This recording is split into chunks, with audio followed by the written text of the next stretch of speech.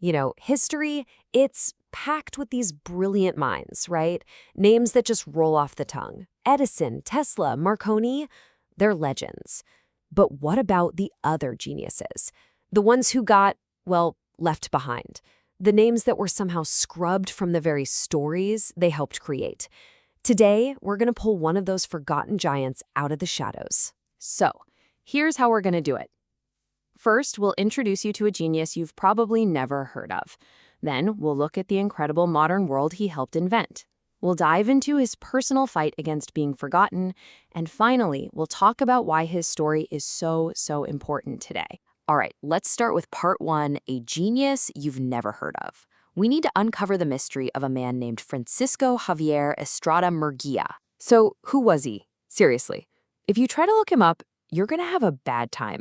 The digital footprint of this incredible 19th century inventor is, well, it's almost completely gone. If you go and search for his name right now, what do you get?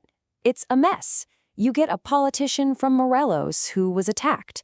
You find a story about a man who went missing. You even get a castle in Spain that has nothing to do with him. Basically, you get everything except the brilliant physicist who pioneered wireless communication. His legacy has just dissolved into digital noise. So let's move on to part 2, inventing the modern world. Because we need to set the record straight on what this guy actually accomplished. I mean, when you put his work in context, you realize he wasn't just some local inventor. He was right there, running alongside the giants who literally defined the age of electricity. Okay, check out this timeline. It's kind of mind-blowing. In 1868, Estrada shows off his electric motor. That's a full 3 years before Graham presented his famous machine in Paris. Then, 1877, Estrada lights up the night with the first electric arc lighting in the Americas, 2 years before Edison even demonstrated his incandescent bulb. And then, get this, in 1886, he patents wireless communication for moving trains. We're talking more than a decade before the stuff that won Marconi the Nobel Prize. He was so far ahead of the curve. And this isn't just hearsay. Here's the proof. An official government decree from 1886 granting him an exclusive 10-year patent for his system. And next to it, one of his diagrams. You can see how complex this was. This wasn't just an idea on paper. It was documented, government-stamped, truly pioneering tech. So let's just be really clear here. Estrada wasn't some minor character. He was a peer of Edison, Tesla, and Marconi. He was in the same race, and a lot of the time, he was hitting the finish line first. And that just makes you wonder, why on earth is he forgotten? That brings us to part 3, a fight against oblivion. The answer to why is complicated. He was basically fighting a war on 2 fronts. One battle was happening inside his own body, and the other was against the culture and the country he lived in. Let's talk about that internal battle first. It was against a truly devastating illness.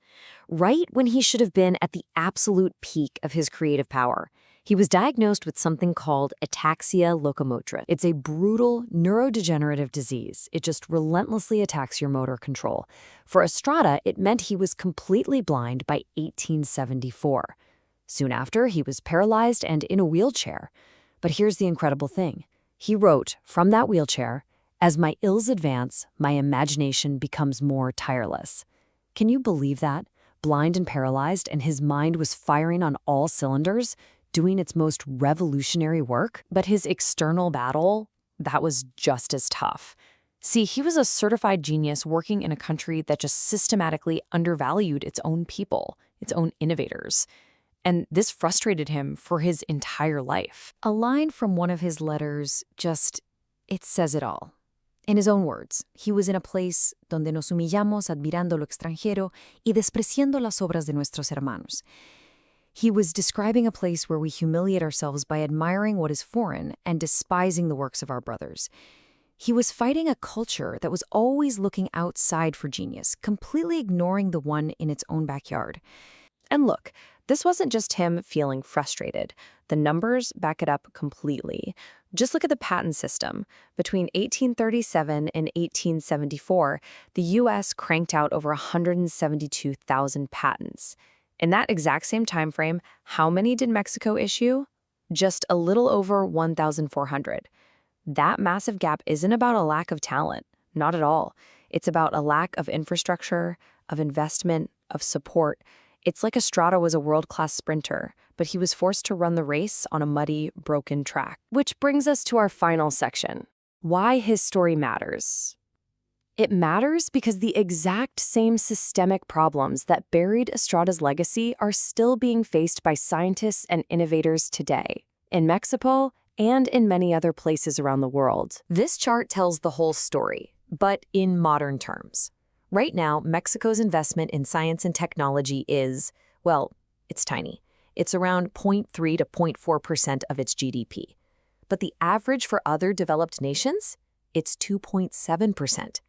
That huge gap in funding is the 21st century version of the patent gap that Estrada was up against. So what do? How do we stop future Estradas from being forgotten? Well, you have to build a real scientific ecosystem. That means sustained, growing funding for research. It means fighting the brain drain by giving brilliant people a reason to stay home. And maybe most importantly, it means building a culture that, to use his words, stops admiring only what's foreign and starts celebrating the work of its own people. You see, the story of Francisco Javier Estrada Murguia isn't just some sad story from the past. It's a wake-up call. It forces us to ask a really tough question. How many other geniuses has history lost simply because they were born in the wrong place or at the wrong time? And what are we going to do to make sure we don't lose the next one?